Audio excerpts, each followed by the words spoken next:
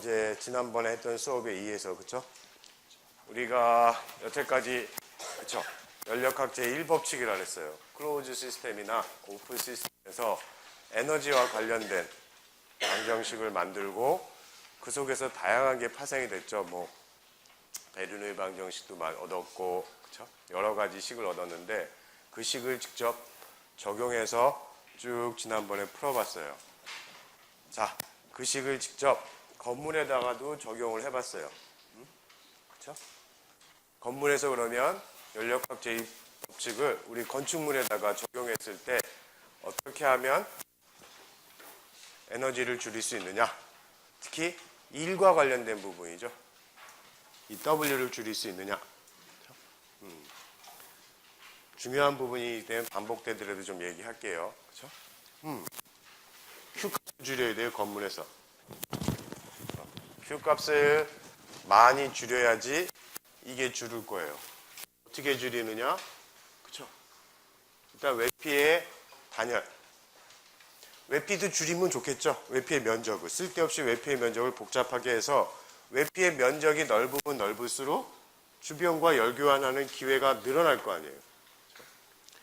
단열도 해야 되고 창도 마찬가지 있고요. 창이 열적으로 불리한 부분이기 때문에 단열을 더 하든지 아니면 창의 면적을 최소한으로 줄이든지 하는 방향이 있을 거고 복사와 관련돼서도 향을 잘 잡으면 이 Q를 충분히 줄일 수 있을 거예요. 먼저 이걸 줄여야 돼요. 그렇죠? 계획 단계에서부터. 자, 두 번째, 만들 때 의도되지 않은, 그쵸? 틈새를 줄이는 거죠. 그래야지 왜 바깥으로부터 찬바람, 의도되지 않은 거예요. 겨울에 찬바람이 들어온다든지 여름에 더운 바람이 들어와서 이거를 높이는 효과를 가져온다고요. 세 번째는 어차피 의도된 환기예요. 그쵸? 쾌적한 실내 환경을 유지하기 위해서는 환기를 해야 돼요. 외부 공기를 하고 일정량의 매 시간, 그리고 그거를 실내 공기를 바깥으로, 오염된 실내 공기를 바깥으로 버려서 희석을 시켜줘야 돼요. 상시 일어나야 돼요. 그럴 때 가급적이면 히트 리커버리를 하자. 줄을 거다. 얘가 가지고 나가는 열을 리커버리 하는 거죠. 그러므로 해서 이 부분도 줄이는 거예요. 자, 그렇게 해서도 안 됐다. 그러면 건물에서 할 수 있는 방법은 어차피 일을 해야 된다. 화석 연료를 사용하든지 어떤 일이 필요하다 그러면 가급적이면 화석 연료의 사용보다는 재생이 가능한 에너지를 사용한다. 네. 연력학 제1법칙이 건물에서 에너지 절약하는 방법을 그대로 보여주고 있어요. 이거대로 하면 돼요. 그렇죠? 이거 위에 방법은 없어요. 여러분들 그래서 우리가 건물에서 뭐 제로 에너지 건물, 친환경 건축물, 저에너지 건축물 여러 가지 용어를 쓰고 있는데 기본은 바로 이거예요. 이거 이외에 다른 식이 나올 수가 없죠. 물론 실내 설정 온도를 바꾸는 방법도 있어요. 그렇죠? 여름에는 조금 높게, 겨울에는 조금 춥게 하는 방법도 있긴 있어요. 그러면 전체적으로 조절되는 효과도 생겨요. 그렇죠? 이게 가장 중요한, 우리 수업에서 가장 첫 번째로 중요한 내용이라고 할 수 있겠어요. 그리고 노즐과 디퓨저에 대해서 설명했어요. 그렇죠? 우리 교실 천장 위에 디퓨저가 있어서 냉난방 할 때 찬 공기와 더운 공기를 실내에 뿌려주고, 그렇죠? 찬 공기를 뿌려주면 어떻게 되겠어요? 실내에 있는 공기 전체 온도가 내려가겠죠. 더운 공기 뿌려주면 반대가 되겠고, 그런 노즐에 대해서도 에너지 보존, 오픈 시스템에 대한 에너지 보존 방정식을 쓸 수 있고, 그리고 거기에다 몇 가지, 그렇죠? 정상 상태다 몇 가지 조건들을 하게 되면 좀 더 심플한 식을 얻을 수가 있어요. 그렇죠? 그래서 결국에는 디퓨저가 하는 일은 뭐예요? 엔탈피 차이를 만들어주죠. 속도 차이를 만드는 일. 노즐은 그쵸? 압력을 높여주고 멀리까지 속도를 높여주는 거고 디퓨저는 속도를 줄여주고 그쵸? 확산, 집중이다. 라는 걸 했고, 자, 터바인은 일을 축출하는 기계라 그랬어요. 그쵸? 고온 또는 고압의 어떤 유체의 흐름으로부터 회전력을 얻어가지고 그걸로부터 일을 취득하는 기계라 그랬어요. 그쵸? 제트기, 비행기의 제트기, 뭐 우리 건축공학하고는 특별히 관계는 없지만, 저 비행기 여러분들 타실 때 보면 제트 엔진이 있죠. 엔진은 두 가지가 혼합된 거라고 보면 돼요. 그쵸? 이 터빈하고 터빈을 통해서 일을 얻는 거죠. 일을 얻고 노즐을 통해서 터빈을 통해서 일을 얻어서 그 일을 어디다 쓰느냐?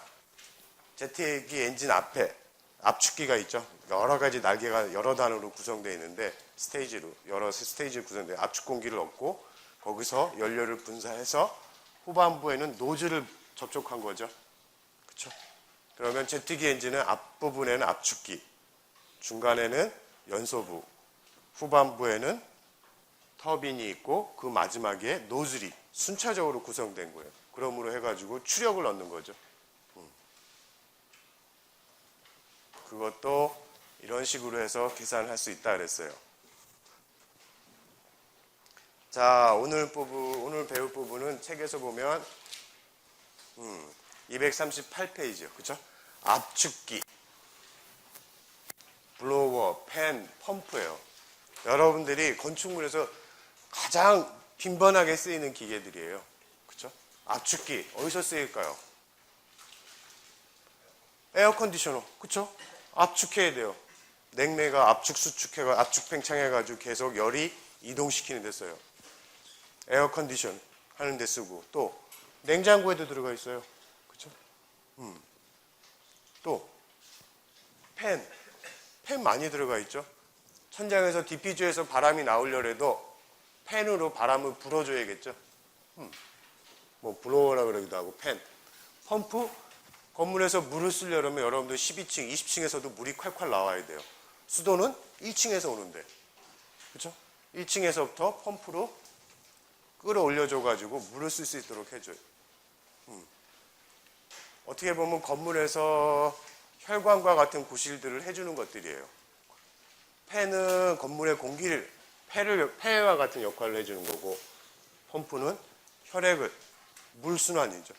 보일러도 마찬가지예요. 여러분들 난방할 때 여러분들 집에서 보일러 쓰죠. 온수를 만들어서 가만히 있으면 되겠어요? 온수가 순환이 돼야 될 거 아니야. 계속. 그래야지 열이 전달되겠죠. 펌프에서 전부 하는 일이에요. 자, 이 세 가지 기계들인데 하는 일은 딱 하나예요. 압력을 높여주는 일이에요. 압력. 정지된 유체에 작용하는 힘은 하나라 했죠. 압력이라 그랬죠. 그리고 부력이 작용한다 그랬는데, 자, 압력을 높여주는 일이에요. 예를 들어서 압력이라는 게 굉장히 중요한데 그걸 다시 이해시키기 위해서, 자, 여러분들 뭐 아이스 커피가 있다.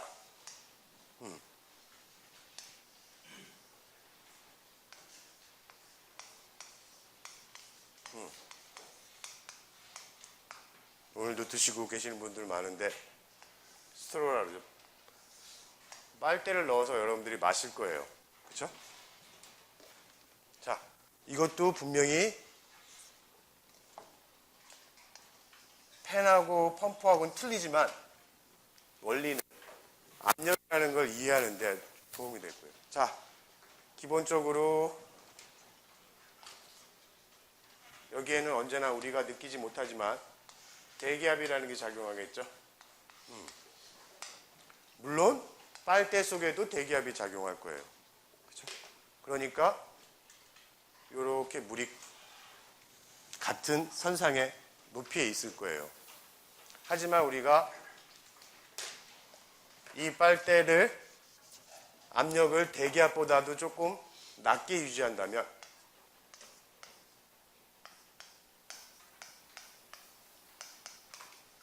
조금이라도 압력을 낮게 유지한다면 어떤 일이 벌어지죠? 얘가 밀어주는 힘에 의해서 얘가 올라오겠죠. 여기가 압력이 낮으니까. 도망갈 곳을 찾겠죠, 물은? 압력이라는 게 그런 거예요. 언제나 눌러주고 있어요. 조금이라도 이 이 빨대 속의 내부가 압력이 낮다 그러면 조금이라도 대기압보다 낮다 그러면 얘보다 낮다 그러면 얘는 솟구쳐 올라올 거예요. 왜? 얘네들이 밀어주는 대기압이 밀어주는 힘에 의해서. 그렇죠? 원리는 반대예요. 컴프레서나 블로워, 팬, 펌프들은 원리는 반대예요. 거꾸로 압력을 높여주는 일이에요. 그렇죠? 압력을 높여줘서 예를 들어서 우리가 급수를 한다. 건물이 이렇게 있고 간단하게 뭐 4층이 있는데 여기에 수도관이 있고 자 여기에 있는 물을 여러분 나중에 배울 거예요. 건축 설비에서 급수라든지 급탕에 대해서 배울 텐데 뭐 고가수조 방식이 있고 물을 건물에 배분하는 방식이에요. 이거 같은 경우는 고가수조로 해서 여기서부터 필요한 곳에 이렇게 위치 압력으로 전달해 주는 방법인데 일단 지상에서 그라운드 레벨에서 여기까지 물을 올려줘야 된단 말이에요. 자, 이럴 때 생각해 보죠. 이 빨대의 원리를 반대로 생각해 봐요. 자, 관이 있는데 이렇게 있어요. 여기도 대기압이 작용하겠고 여기도 대기압이에요. 대기압이에요. 가만히 있으면 물이 안 올라가겠죠? 절대 올라가지 않는다고요. 얘를 이겨내는 힘만큼 압력이 여기 세져야지 얘가 얘의 힘을 밀어내고 올라갈 거 아니에요. 그런 것들이 얘네들이 하는 일이에요. 물론 흘러가는 게 뭐냐에 따라서 보통 블로워나 팬 그러면 가스 상태의 물질, 펌프 같으면은 액체를 끌어올리는데 많이 사용해요. 자, 컴프레서는 근데 단지 차이가 있다면 압력을 높여주는 거는 똑같은데 차이가 있다면 높여주는 압력의 크기예요. 컴프레서는 굉장히 압력이 세요.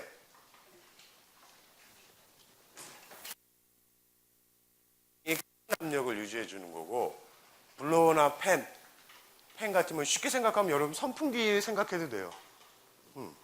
선풍기보다 크겠지만 그렇게까지 압력을 세게 차이를 주진 않아요. 그렇죠? 압력에 채워지는 차이가 있어요. 그래서 책에서 보면 그 239페이지에 보면 그렇죠? 그림 6-12를 보면 그렇죠? 압축기의 원리 6-10도 마찬가지지만 6-10에 있는 거는 비행기의 제트기와 같은 원리죠. 여러 개의 단위 스테이지가 있어서 거기에 날개 팬이 있어서 압축시키는 거예요. 그렇죠? 밑에 있는 거 11은 압축기가 피스톤식으로 왕복 운동을 하면서 압축을 시켜주는 거고 왼쪽에 있는 거는 오른쪽에 있는 거는 원심력을 이용해서 압축을 시켜주는 거예요. 그렇죠? 자, 거기에도 마찬가지로 분명히 에너지 보존이 성립이 될 거예요. 그렇죠? 보통 컴프레서나 블로어, 팬, 펌프들 같은 경우에는 오픈 시스템일 거예요. 얘네들이 존재할 거예요. 왜? 시스템의 왼쪽에서 들어왔다가 오른쪽으로 내줄 거예요. 그리고 뭔가 컴프레서가 일을 해준다든지 블로어가 일을 해준다든지 또는 팬이 일을 해줘서 얘네들의 상태 차이가 바뀔 거예요. 그렇죠? 그리고 일부 뭐 컴프레서나 블로어, 팬에 의한 부분의 일이 일부 열로 바뀔 수도 있고 또는 배관을 흘러가면서 또는 어떤 경로를 흘러가면서 마찰열에 의해서 프릭션에 의해서 열이 발생될 수도 있어요. 하지만 전개되는 식은 이거예요. 근데 만약에 우리가 내부 마찰열을 무시하고 프릭션을 무시하고 본다 그러면 나머지 주어지는 식은 1일 거고 그렇죠? 여기서 특히 뭐 선풍기나 팬처럼 수직 높이 차이가 없다. 그러면 요건 없어질 거고 그렇죠? 그리고 두 번째 키네틱 에너지는 뭐 무시할 수 있다. 그렇죠? 속도가 별로 중요하잖아요. 여기서는 얘네들은 속도가 중요한 게 아니라 압력을 높이는 일이에요. 물론 일부는 속도 증가에도 사용이 되겠지만 그렇죠? 선풍기 잘 생각해 보세요. 뭐 뒤에 있는 바람하고 앞에 있는 바람이 속도 차이가 그렇게 크겠어요? 그렇죠? 일부 온도 차이가 크겠어요? 그렇진 않겠죠? 없앨 수 있다고요. 그러면 결국에는 들어온 놈하고 나가는 놈의 양은 똑같을 테니까, 그렇죠? 결국에 남는 거는 엔탈피죠. 들어오는 놈의 엔탈피, 나가는 놈의 엔탈피와 관계되는 문제가 돼요. 이거는 뭐 컴프레서나 블로나 팬이나 비슷한 형태를 가져요. 그죠? 자, 이거를 이해하기 위해서 책에서 보면 그 예제가 있는데 241페이지 예제 6-4예요.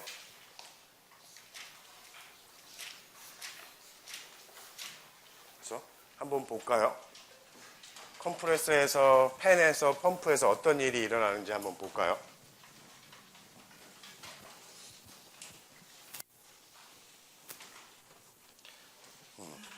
뭐 여기서 예제는 이해하기 쉽게 하기 위해서 스팀, 세츄레이트된 스팀에 대한 이야기를 했는데 건물에서도 스팀은 써요. 수증기.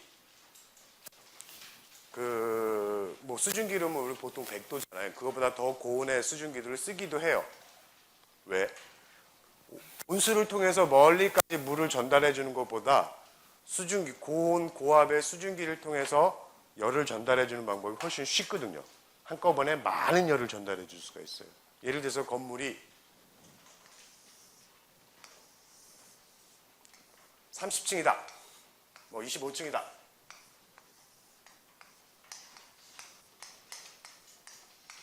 보일러가 여기 있다.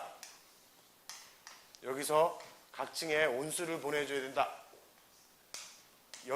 겨울에 열을 공급해줘야지 공조기가 있고 나중에 소프트지만 겨울에 열을 공급해줘야 된다. 그런데 여기 보일러에서 온수를 보내는 방법이 있을 거고 증기를 보내는 방법이 있을 거예요. 물론 증기는 위험할 수가 있어요. 하지만 온수보다도 수증기는 연용량이 한꺼번에 전달할 수 있는 열의 양이 크죠. 굉장히. 멀리 그리고 가벼워요. 수증기는. 온수보다도. 멀리까지 보낼 수가 있어요. 그렇죠? 자, 그런 펌프들도 많이 건물에서 사용하는데 뭐 여기서 이 예제에 있는 것처럼 그렇게 강력하지는 않지만 예를 들어서 이해를 하기 위해서 보면 여기에 컴프레서가 있어요. 그렇죠? 뭔가 해서 일을 해주고 있어요. 컴프레서가 일을 해주는데 모터겠죠, 뭐. 모터든지 피스톤이든지 그렇죠? 회전력을 위해서 하고 있는데 자, 들어오는 건 뭐냐? 거기 책 있는 그대로 볼까요? 들어오는 거는 이게 뭐 SI 단위로 돼 있지 않는데 들어오는 수증기의 온도는 그 화씨로 나와 있는데 도씨로 환산하면 약 110도씨가 돼요. 이런 게 들어오는데 얼마만큼 들어오느냐? 그렇죠? 전달해야 될 컴프레서 압축기가 멀리까지 압력을 위에 유체의 압력을 높여서 멀리까지 전달해 주려는 거죠. 압축을 해가지고. 그렇죠? 양이 있어야 될 거예요. 그렇죠? 많은 양을 하면 많은 유체가 전달될 거고 시간당. 그거를 SI 단위로 환산해 보면 약 22kg 시간당 이렇게 돼요. 그렇죠? 자, 근데 여기서 나갈 때는 어떻게 됐느냐? 온도는 모르겠어요. 퀘스천인데 단 아는 거는 나갈 때의 압력은 80 psi. 그렇죠? 이거를 여러분들 아는 킬로파스칼 단위로 하면 약 551 킬로파스칼이에요. 압력의 단위로 하면. 그렇죠? 이렇게 됐고 분명히 압축의 일을 했는데 아까 제가 얘기했죠. 컴프레서가 블로어, 팬, 펌프 등의 큰 차이점은 컴프레서는 굉장히 압력을 굉장히 많이 높여준다 그랬어요. 그쵸? 선풍기와 선풍기를 생각해 보세요. 선풍기 그렇게까지 압력을 많이 높여주진 않아요. 그쵸? 고압까지는 해주지 않기 때문에, 거기서 뭐 열이 나오거나 이런 거는 고려 안 되는데, 이런 거 같이 고압을 할 때는 열이 나올 수도 있어요. 그래서 여기서 열이 시간당, 여기서 보면 BTU로 나와 있는데, 저걸로 바꾸면 시간당, 그쵸? 120 킬로줄의 열이 나오고 있어요. 그쵸? 여러분들 냉장고 잘 생각해 보세요. 하지만 냉장고도 분명히 압축기가 가동되기 때문에 어딘가 열을 방출하기도 하고 실외기처럼 방출하기도 해요. 압축기가 하는 일 중에 일부가 열로 바뀌기도 해요. 그렇죠? 냉장고에서는 에어 컨디션에서 어떻게 돼요? 실내에서 열을 뺏은 거를 바깥에다 버려버리죠. 그렇죠? 실외기에다가. 냉장고 어떻게 할까요? 냉장고 안에서 실내에다 버릴 수밖에 없지. 냉장고에서 바깥에다 뭐 연결된 거 없잖아요. 그렇죠? 그 열 중에 일부는 냉장고에 있는 압축기가 하는 일 중에 일부도 포함될 수가 있어요. 자, 이렇게 됐을 때 문제가 뭐냐? 거기 있는 걸 그대로 보면 뭘 맞추라는 거죠? 그리고 이 일은 호스파워로 주어졌는데 일의 양은 계산하기 쉽게 얘기해서 일의 양을 SI 단위로 하면 1.6 킬로와트. 그쵸?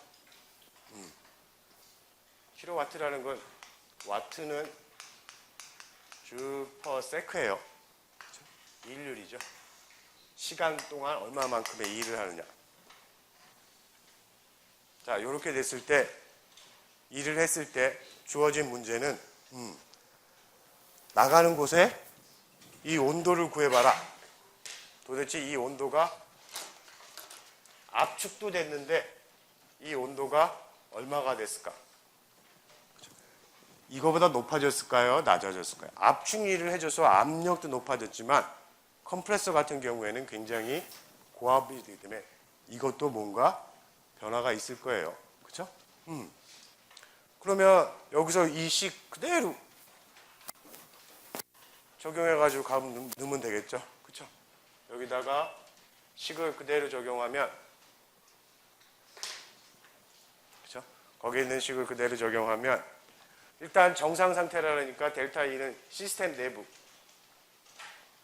재료로 보고 W가 있을 거고, 순서적으로 가야지. Q가 있을 거고 W가 있을 거고, 그렇죠? 플러스 근데 들어오고 나간 놈은 양의 변화가 없겠죠? 시간당 22kg가 들어오고 압축기가 뭐 시간당 여기서 압축기를 나온 다음에 20kg가 나온다든지 그런 일은 없을 거 아니에요. 들어온 놈하고 나간 놈하고는 질량이 똑같을 거예요. 그러면 M으로 보고, 그렇죠? M은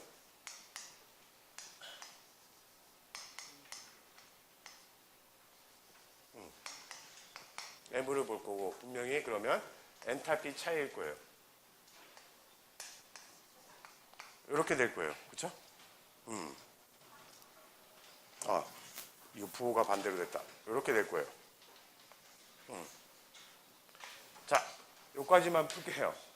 자, 그러면 열이 얼마가 발생됐다? 이 값이 있죠?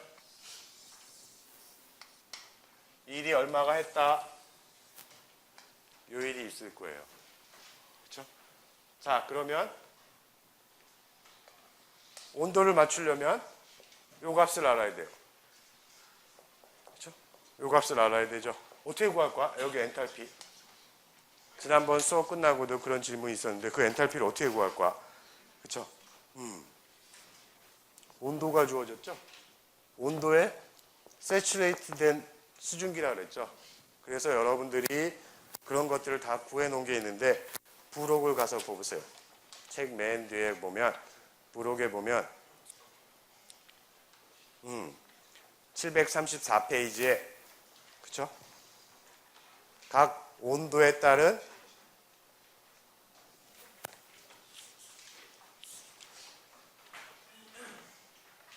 거기가 아니다. 맞다. 예. 온도에 따른 그쵸? 엔탈피 값이 주어져 있죠. 거기 테이블에 비용저, 유값, 엔탈피 값 734페이지 그쵸? 온도가 지금 몇 도라 그랬어요? 들어갈 때? 110도라 그랬어요. 그쵸? 거기에 대해서 엔탈피 값을 구하면 되겠죠. 그 책에서 온도를 찾아가지고 그래서 이 엔탈피 값을 구해요.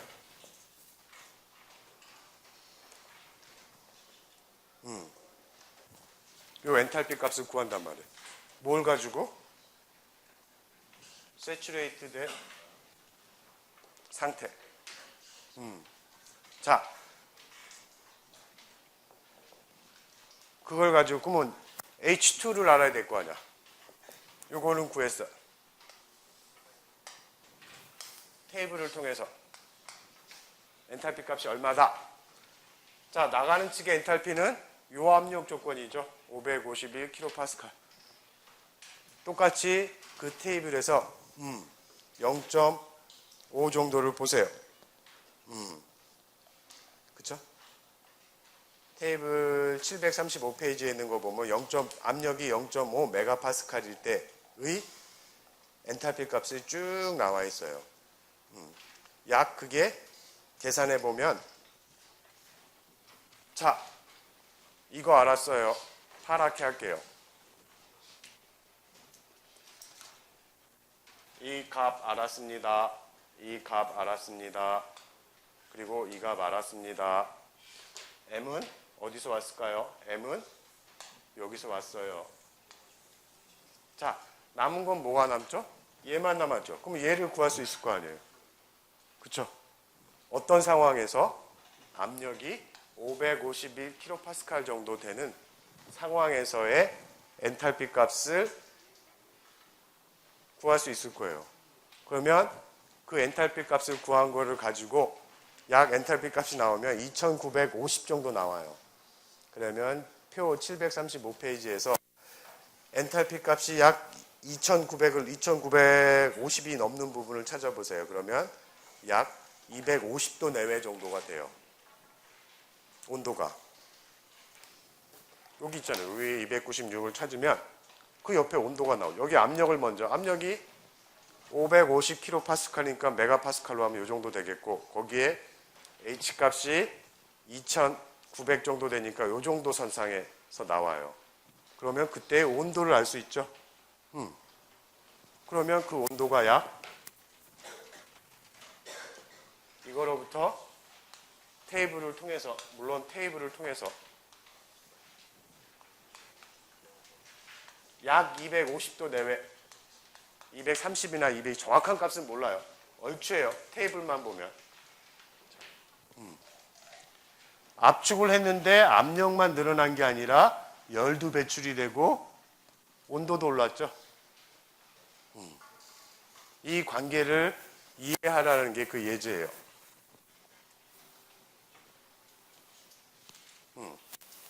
압축을 했는데 컴프레서에서는 압축을 하면 압축이 한 일이 일부는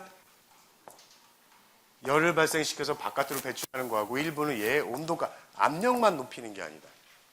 과하게 압축하다 보면 그렇죠? 그런 일이 일어난다라는 거예요.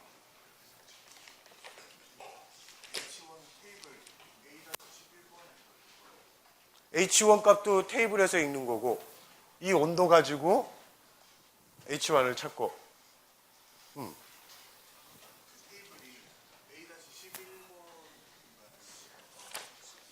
볼까요? A-12번 계속인데요. 12번인데요.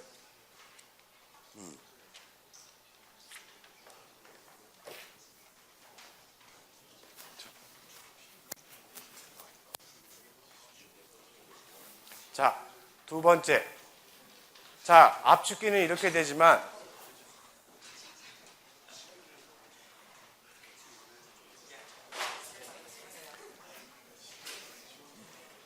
만약에 팬의 경우는 어떻게 되느냐?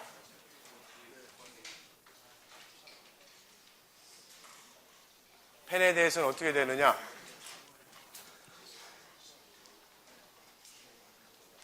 됐어요? 자, 압축기는 이런 경우인데 팬에서는 어떤 일이 일어나느냐? 한번 봅시다. 팬도 물론 똑같은 수식이 적용이 될 거예요. 하지만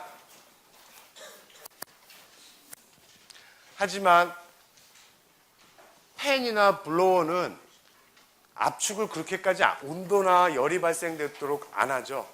그렇기 때문에 생각해보세요. 선풍기에서 바람이 불었는데 선풍기 앞하고 뒤에 공기에 선풍기 통과한 다음에 온도가 올랐다. 보통 그런 일을 느낄 수 있어요? 보통 잘 유명하지만 오르기는 올랐을 거예요. 압축에 의해서, 압력이 높아짐에 의해서.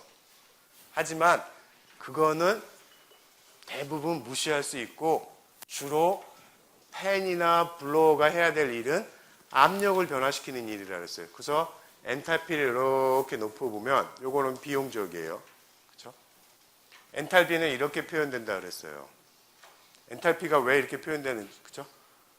어떤 유체에다가 기체에다가 에너지가 열을 주면 자기의 인터널 열과 관련된 에너지가 늘어나는 것뿐만 아니라 최적 팽창에 대한 일을 한다 그랬죠. 그래서 이 항이 붙었는데 스몰 h는 다 여기서 쓰고 있는 스몰 h 값은 대부분 단위 질량당의 에너지 값을 뜻해요. 그렇기 때문에 여기에 최적이 아니라 비용적이 들어간 거예요. 그렇죠? 비용적은 뭐냐? 비용적은 밀도분의 1을 나타내고 결국에는 밀도라는 거의 역수니까 메타 3승 퍼 킬로그램의 단위를 갖겠죠. 최적에 대한 질량에 대한 질량당 최적. 밀도는 밀도의 역수죠. 당연히 그러니까 여기는 단위 질량당, 이렇게 스몰로 나타내는 건 단위 질량당이니까 나중에 m을 곱해야죠. 왜? 얼마가 지나갔는지 통과한 양을 곱해야 되기 때문에 단위 질량당이기 때문에 이렇게 환산해 놓은 거예요. 해서 보면 엄밀히 따지면 뭐 이것도 있을 거예요. 엄밀한 해를 따지면. 하지만 팬이나 블로어의 주된 목적은 그렇게까지 압력을 높이는 거예요. 유체에 압력을 높여가지고 흘러가게 만드는 건데 정압을 높이는 일인데 이 변화량은 요 변화량에 대해서 무시할 수 있을 거라는 거예요. 엄밀하게 있을 거예요. 하지만 공학적으로 그게 큰 값을 가지지 않는다는 거죠. 그렇게 해서 만약에 무시한다 그러면 결국엔 팬이나 블로어에서는 이런 식으로, 즉 팬이나 블로어에서는 결과적으로 정상 상태다 라고 가정해 보면 결국에 남는 거는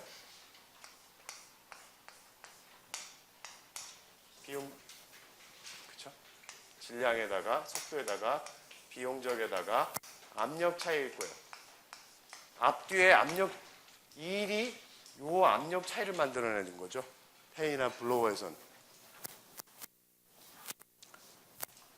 펌프도 동일할 거예요.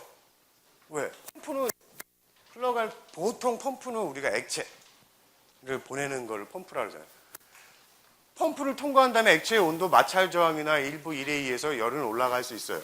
물론 관내를 흘러갈 때는 프릭션에서 더 많은 손실이 발생될 수 있지만 일단은 우리가 펌프 내부만 본다 그러면 요거는 무시할 수 있을 거예요. 이렇게 된다는 거예요. 그래서 한번 예제를 볼까요? 책에서 보면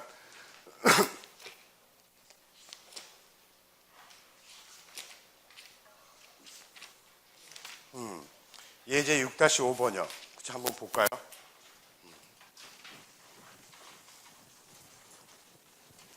자, 예제 6-5번에 그려져 있는 거 그대로 표현해 볼게요.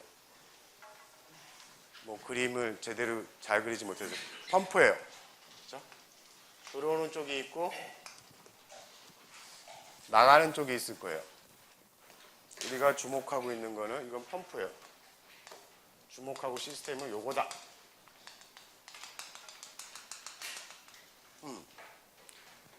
거기서의 예제를 보면 어떻게 돼 있어요? 그냥 여기는 쉽게 SI 단위로 되어 있는데 들어오는 이쪽에서의 압력은 이걸 1이라 그러고 나가는 쪽을 2라 그래 봅시다. 그렇죠? 1에서의 압력은 얼마예요? 100kPa.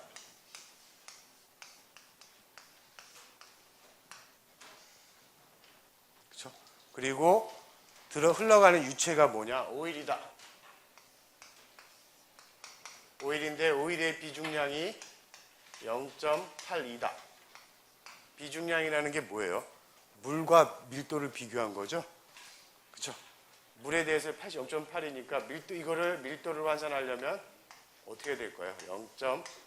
0.82 곱하기 물은 우리가 일반적으로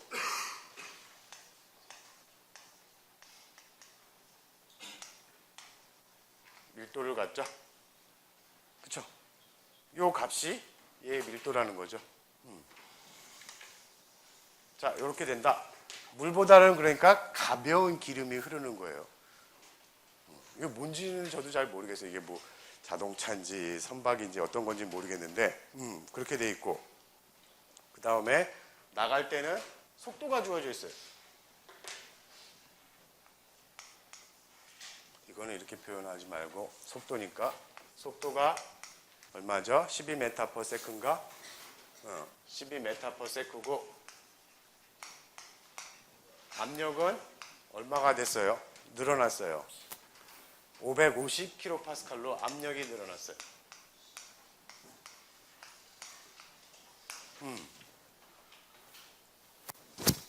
그쵸? 그리고 요게 관에 대한 직경을 나눠주고 있어요. 직경이 얼마다 라고 얘기해주고 있어요. 자, 그럴 때 구하라는 게 뭐죠? 도대체 펌프에 필요한 파워가 펌프가 얼마나 용량이 있어야 이 상태로 이렇게 얘를 요 압력에서 요 압력까지 높여줘서 이 속도로 내보낼 수 있겠느냐라는 거예요. 그렇죠? W죠. 도대체 W가 얼마가 필요하냐? 아까 식을 볼까요? 식을 보면 우리가 팬이나 블로어나 여기 써 있는 것처럼 똑같다 그랬어요. 이렇게 된다 그랬어요. 그쵸? 식을 놓으면 결국에는 W는 흘러가는 질량에다가 비용적에다가 압력 차이라 그랬어요. 그쵸? 궁금한 건 이거예요. 자, 여기서 봅시다. 이거를 구해야 돼. 흘러간 양을 구해야 되는데 시간당. 흘러가는 양에 대한 정보는 좌측, 입구 측에서는 없어요. 하지만 출구 측에 주어져 있죠. 왜? 속도에다가 요의 직경을 알고 있으면 원형이래요. 얘가. 속도 곱하기 단면적하면 어떤 일이 벌어지죠? 메타 3승/, 세크가 나오겠죠. 흘러간 유량값을 알 수 있을 거예요. 예로부터. 당연히 얘는 오픈 시스템인데 들어온 만큼 나갔으니까 들어온 놈도 이만큼 들어왔겠고 나간 놈도 이만큼 나왔겠죠. 그렇죠? 질량에는 앞뒤가 질량이 똑같을 거예요. M1이나 M2나 질량은 똑같을 거예요. 그게 M이야. 구했어요. 얘 가지고 구할 수 있어요. 거기다 질량은 어떻게 구해요? 이 밀도를 사용하면 시간당 몇 킬로그램이 들어왔는지 구할 수 있겠죠. 그렇죠? 밀도 곱하기 V 곱하기 A 곱하면 되겠죠. 즉 얘 곱하기 V 곱하기 단면적 곱하면 얘를 구할 거예요. 그렇죠?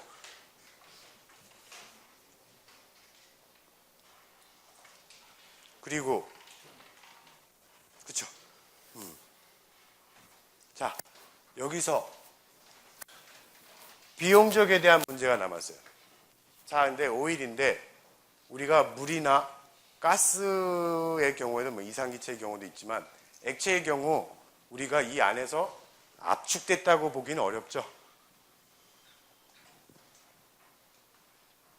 그죠? 넘어가도 되고, 여기 밀도 있으니까. 보통은 비압축성으로 취급을 많이 해요. 여기에 비용적하고 여기에 비용적이 틀리다라고. 뭐 압력은 물론 550kPa 해서 500에서 약 400kPa이 늘었지만 그렇게 비용적의 변화는 물론 있어요. 있는데 가정을 하면 공학적으로 우리가 쓰게 하면 자, 그럼 남는 건 뭐가 남았죠? P1은 주어졌어요. 여기로부터 주어졌고 P2도 주어졌어.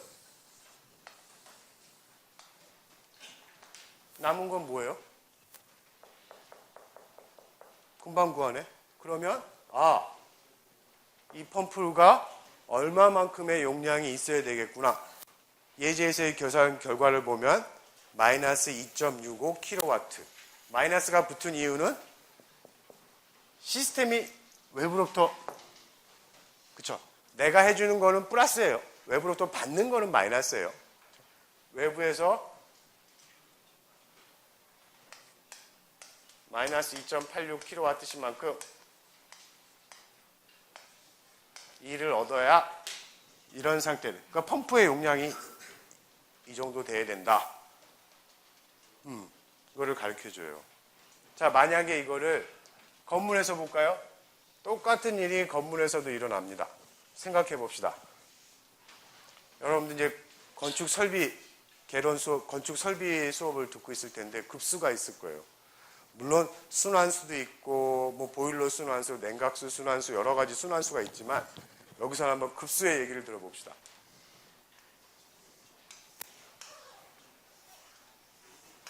하나, 둘, 셋, 5층이다.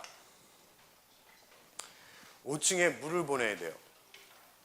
여러 가지 방법이 있어요. 압력 탱크 방식을 사용하는 방법이 있고 고가 수조 방식을 사용하는 방법이 있고 수도, 물론 그라운드에서 수도관이 오겠죠.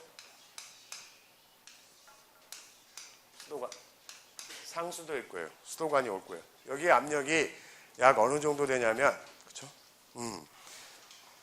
수도관 같은 경우에 400, 정확하진 않아요. 지형마다 틀리고 건물마다 조금씩 틀리는데 약 400kPa 정도의 압력이에요. 이 압력인데 만약에 이 압력이 우리가 이 위에 고가수조 방식을 채용했다 해서 여기에다가 물을 보낸다 라고 생각해 봅시다. 그러면 자연 낙하에 의해서 각각의 층에다가 물을 공급한다 라고 가정을 해봐요. 그렇죠? 그럼 분명히 여기에 펌프가 필요할 거라고요. 자, 이 펌프의 크기가 얼마가 돼야 될까 계산을 해야 돼요. 제일 먼저 이 식을 그대로 보면 뭘 계산해야 되죠? N값을 계산해야 되죠. 시간당 도대체 물을 얼마나 여기다 공급해줘야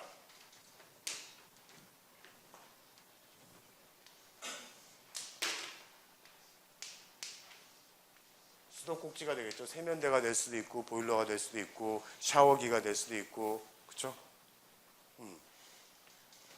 자, 제일 먼저 결정해야 될 게 이 값이죠. 어떻게 결정할 거예요? 설비에서 나중에 배울 거예요. 그렇죠? 각 층의 사용 수량이나 수전 기구에 따라서 이 값이 제일 먼저 결정이 될 거예요. 도대체 얼마를 보내줘야 되느냐? 사용하는 인원수, 높이, 축수, 수전의 개수, 수전이라 그러면 물을 사용하는 곳을 그러니까 물을 기기랑 수전 이걸 먼저를 결정해. 그 다음에 결정할 게 뭐 있겠어요? 들어오는 압력은 건물 주변에서 수도압이기 때문에 대충 결정돼 있어요. 딱 저거는 아니에요. 상황마다 조금 틀리고 지역마다 틀릴 수가 있어요. 하지만 알 수가 있어요. 요거 알아. 사용량도 알았어. 남은 건 뭐죠? 요걸 알아요. 요걸 결정해야 돼. 자, 요거 결정할 때 잘 생각해 보세요. 결국에는 뭐겠어요? 높이에요. 나중에 건축 설계할 때 배우시겠지만 높이 수두라 그래요. 높이 올려 보내야 되죠. 필요한 수두 압력이라 그러는데 물론 거기다 플러스 압력 손실 저항까지 있어요. 왜? 배관 속을 물을 통과시키죠. 그러면 마찰, 프릭션, 마찰이 작용하죠. 흐름을 방해하려는. 그 저항까지도 이길 수 있는 압에다가 플러스 뭐가 여기서 뭐 떨어져야 될 거예요. 그 이길 수 있는 압력만큼을 해줘야 돼요. 즉 얘는 높이의 함수와 높이에서 끓여보내는 높이에서 결정될 거예요. 어디까지 올려보낼 거냐. 그 다음에 마찰, 프릭션. 배관의 마찰. 배관의 마찰은 속도하고도 관계가 돼요. 많이 보내면 속도 저항이 크겠죠. 천천히 조금씩 보내면 속도 저항은 적을 거예요. 해서 결정이 돼요. 그러면 최종적으로 뭐가 결정이 돼요? 아, 얼마만한 크기의 펌프를 써야 되겠구나. 금방 나오잖아. 그렇죠? 이 시기에 의해서. 그렇죠? 뭐 팬도 마찬가지예요. 여러분들 여기서 천장에서 디퓨저에서 공기가 나온다. 마찬가지죠. 도대체 공기를 멀리 어디까지 보내줘야 되는지 길이에 따라서 결정이 될 거예요. 팬이라는 보통 공조기, 에어 핸들링 유닛에 이런 팬들이 있어요. 해서 공기에다가 압력을 높여줘서 멀리까지 보내주는 거예요. 이 용량 어떻게 산정한다? 펌프하고 비슷해요. 일단 흘려보내야 될 공기의 양이 얼마냐. 그렇죠? 초기 압력이 얼마냐. 뿌려줘서 멀리까지 도대체 어디까지 보내줘야 되느냐. 그것들을 계산하면 팬 용량이 어느 정도가 돼야지 그 공기가 20m, 30m까지 멀리 날아가겠다 라고 계산하는 거예요. 그렇죠? 자, 마지막 믹싱 챔버. 뭐 책에서는 믹싱 챔버로 얘기하고 오히려 우리 쪽에 좋은 얘기를 했는데, 자, 책에서는 예제를 볼까요? 책에서 보면 예제 6-7.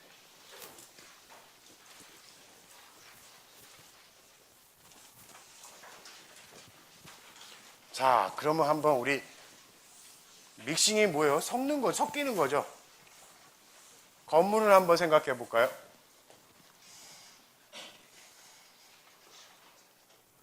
집이다.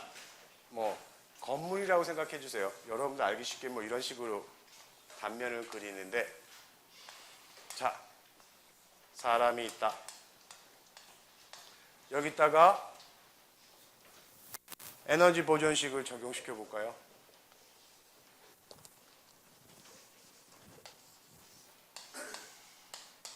여기 안 나올 가능성이 큰데, 카메라에다가는.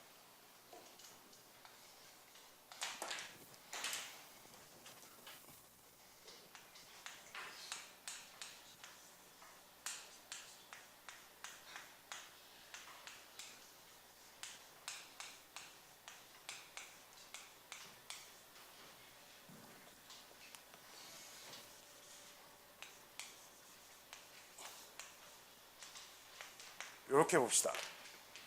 자, 이거를 한번 복사에 의해서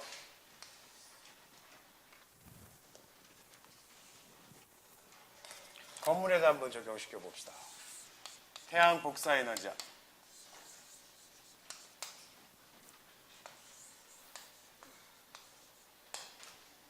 그쵸? 대류열 전달이야. Q가 만약에 여름이다. 들어오는 걸 생각해 봅시다. 얘 합한값이 얘가 되겠죠. 시스템은 우리가 건물 내부를 이렇게 생각해 봐요.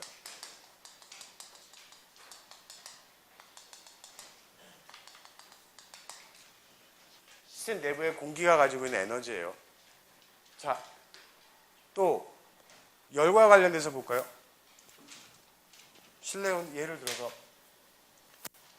열이 복사해서 들어오고 대류 열 전달에 의해서 외벽을 타고 들어왔다. 거기다가 실내에도 또 열이 발생하는 게 있죠. 사람도 열을 발생시켜요. 사람 많으면 덥죠. 그렇죠? 사람의 체온은 평균적으로 36점 몇 도인데, 그렇죠? 열기관이죠. 하나하나가 열기관이에요. 30와트 가까워요. 열을 분출해요. 사람도 열을 해. 사람만 낼까요? 조명기구들도 열을 내요. 컴퓨터도 열을 낼 거예요. 그렇죠? 모니터도 열을 낼 거예요. 열을 내는 기기들은 많아요. 실내에. 자, 요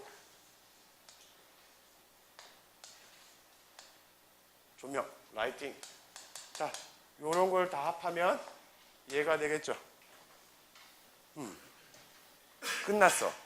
근데 이게 오픈 시스템이야. 자, 이 상태가 되면 굉장히 시간당 복사 에너지도 계속 들어오고 대류 열 전달에서 에너지도 들어오고 조명에서도 열이 계속 발생이 되고 사람에서도 끊임없이 시간당 열이 발생되면 이 상태가 가만히 되면 점점점 얘의 열적인 상태는 올라갈 거예요. 그쵸? 더워질 거야. 차갑게 하려면 어떻게 되죠? 예를 들어서 공조기라 그럽시다. 에어 핸들링 유닛. 나중에 공기조화 수업에서 듣겠지만 뭐 이것도 좋고 에어 컨디셔너라고 생각합시다. 에어 컨디셔너가 좀 더 이해하기 쉽겠네요. 여러분 집에 에어 컨디셔너가 있다. 연결돼서 실외기가 있다. 얘는 분명히 열을 버릴 거예요. 하지만 얘는 일을 할 거예요. 취득된 열을 버려주는 일을 해야 되죠. 이게 없다고 가정해 봅시다. 만약에 기밀하다, 공기가 들어오지 않는다 라고 생각하면 이게 없다고 생각하면 어떻게 돼요?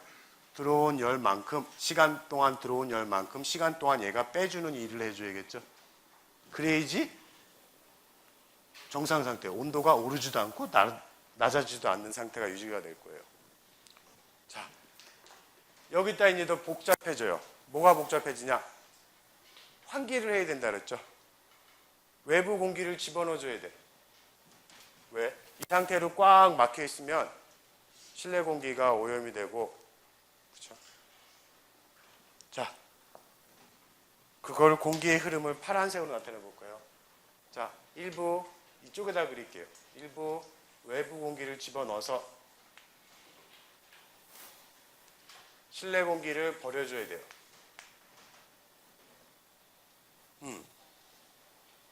그죠? 그리고 이것만 있느냐?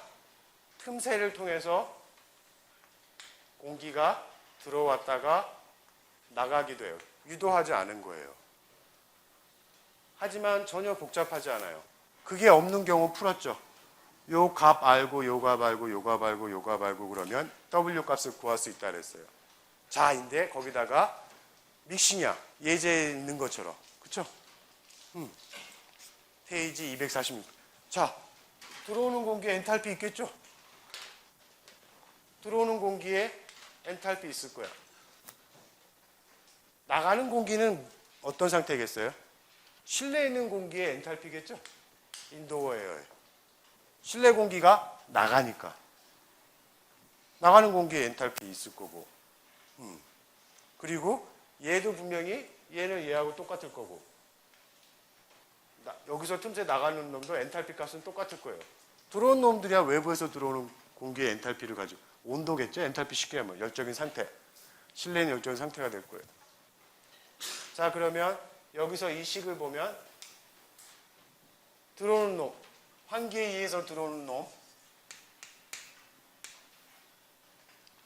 인필트레이션에 있어서 들어오는 놈, 얘 합한 값은 그렇죠? 집안이 풍선이 아닌 이상 이거 합한 값은 여기서 나간 놈, 실내 공기가 나간 놈 에다가 나간 놈, 익스필트레이션에서 침기, 누기에서 나간 놈. 요 두 개 합친 거는 똑같아야 될 거예요.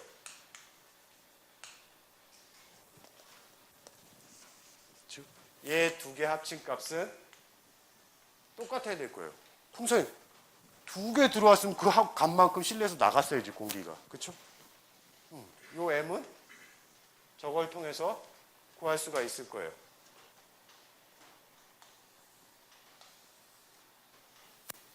자, 여기서 에너지인데 보통 우리가 초창기에 에너지를 얘기할 때는 어떻게 얘기했죠? 에너지면 엔탈피에다가 운동 에너지에다가 위치 에너지 얘기했죠? 그쵸? 근데 에너지 뭐 여기 사실 운동 에너지 갖고 있지만 무시할 수도 있을 거고 위치 에너지도 있겠지만 뭐 이거에 비하면 아무것도 아니고 무시할 수 있겠죠? 남는 건 엔탈피만 남아요.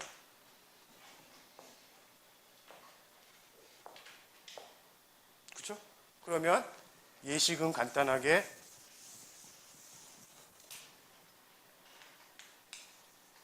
들어오고 나간 놈이죠. 에다가 엔탈피 차이예요. 물론 M이 꼭 이렇지는 않아요. 요거 다 넣고 계산해도 맞아요. 대표로 그래서 M이라고 할게요. 그러면 결국에는 각각의 엔탈피 차이예요.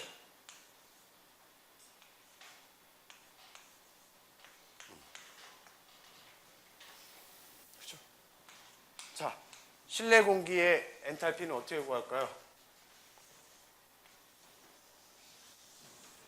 실내 공기 엔탈피, 우리가 실내 공기 엔탈피 U인데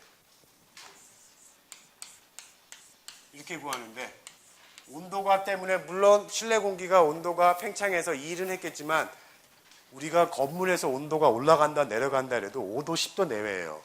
그렇죠? 무시할 수 있을 거예요. 요하고 관계될 거예요. 그러면 어떻게 해야 돼요? 질량에다가 정압 비열에다가 온도 차죠?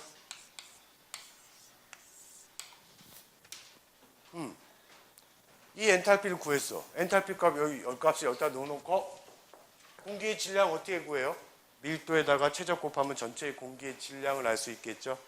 거기다가 정압 비열을 곱하면 요거 늘어난 변화만큼 온도가 늘었는지 줄었는지 알 수 있겠죠. 만약에 제로로 해주려면 일이 에어컨디셔너가 한 일이 제로가 되면 안 되는 거죠. 요 항목만큼 걔가 더 일을 해줘야 되는 거죠. 열이 취득됐다. 더 많이 일을 해줘야 되는 거죠. 뭐 복잡하게 나타냈지만 이게 건물에서 부하 계산이라는 거예요. 그렇죠? 가장 여름에 자기가 설계한 건물에 자기가 만들고자 하는 건물에 냉방 부하, 난방 부하가 어떻게 클까 계산할 때 바로 이 계산식을 쓰는 거예요. 그렇죠? 가장 더운 날, 복사열이 가장 더운 조건, 그리고 외피에 의한 열저항값에 의한 대류 열전달량 값이 결정되고 실내의 발열 부하가 결정되면 그리고 환기량, 누기량이 결정이 되면 도대체 얼마만큼의 에어컨디셔너가 있어야 되는 집인지 에어컨디셔너의 사이즈를 알 수 있겠죠. 하나면 되는 건지 두 개면 되는 건지 수십 대가 있어야 되는 건지 이 값을 알 수 있을 거예요. 이게 부하 계산이에요. 겨울엔 반대겠죠. 겨울에는 뺏겨요. 열을. 도대체 얼마만큼 뺏기는지 계산하면 얘네들도 겨울에도 똑같을 거예요. 공기가 들어오고 나가는 거 계산해보면 얼마만큼 일을 더 해줘야 뺏긴 열을 보충, 보일러의 크기가 도대체 얼마만큼 돼야 되는지를 알 수 있을 거예요.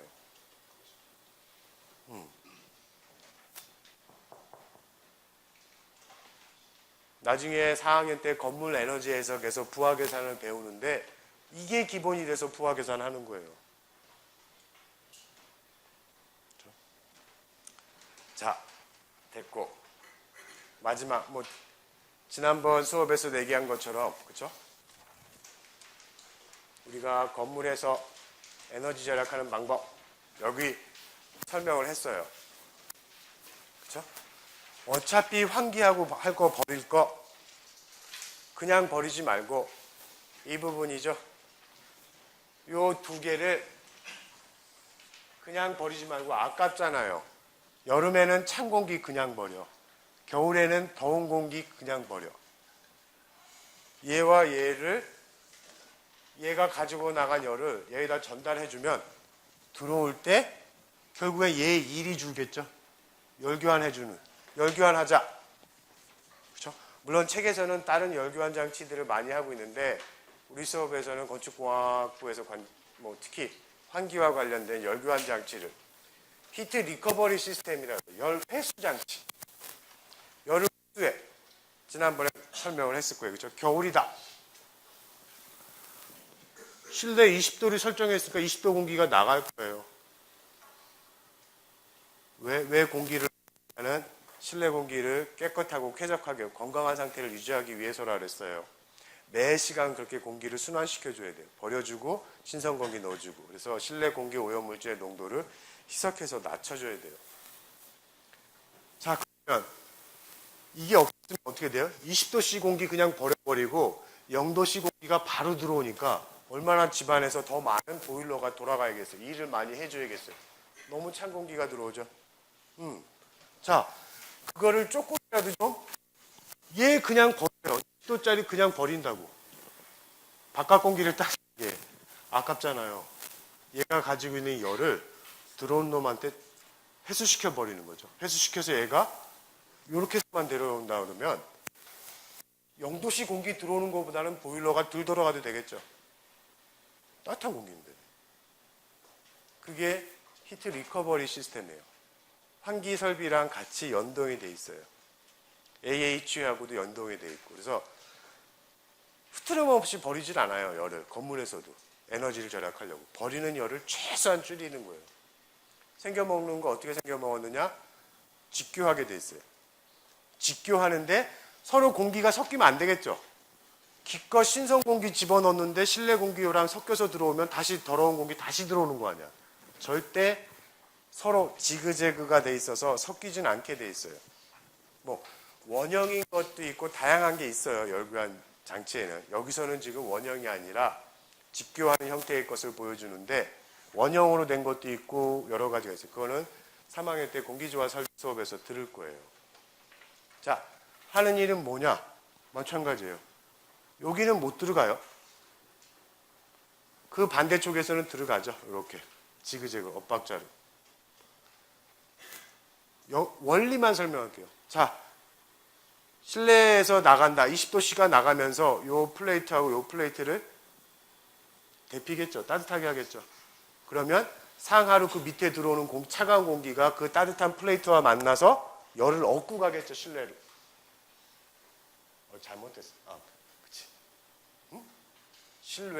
실내로 들어오는 거예요. 이게 똑같은 말을 썼네. 잘못 썼네. 외부 공기가 실내로 들어오는 쪽이에요. 따뜻해서 들어올 거예요. 그렇죠? 자, 효율은 당연히 히트 리커버리 시스템 효율은 뭐겠어요? 들어온 놈하고 나온 놈에 들어간 놈하고 얘가 얘만큼이 엔탈피가 들어온 놈의 엔탈피가 얼마가 변했느냐가 효율이겠죠? 결국엔. 얘가 0도로 갔다면 수열이 제로인 거 아니야. 0도에서 20도로 갔다면 100% 회수한 거고. 그렇죠? 이런 식으로 해서 열교환 장치에 대해서 에너지 방정식을 적용해서 양이야 똑같겠죠. 들어온 만큼 나가겠지 뭐. 엔탈피 차이를 가지고 효율을 구할 수가 있어요. 거기에다 또 하나 말씀드리면 히트 리커버리는 두 가지가 있어요. 현열 그러면 뭐예요? 나중에 또 현열 그러면 우리 온도의 변화가 수반하는 게 현열이라 그래요. 잠열은 뭐예요? 수증기와 관련된 거예요. 예를 들어서 겨울이다.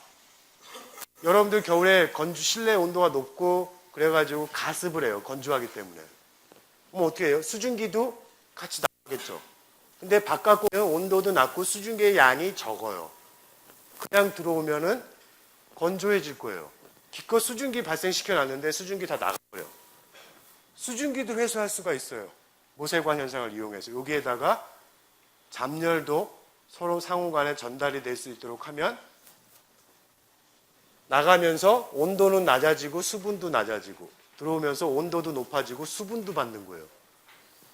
그럼 실내에서 가습하는 일이 줄겠죠. 그거를 전열 교환기, 토탈 히트를 센서블 히트냐, 레이턴트 히트냐 두 개 다 회수하느냐.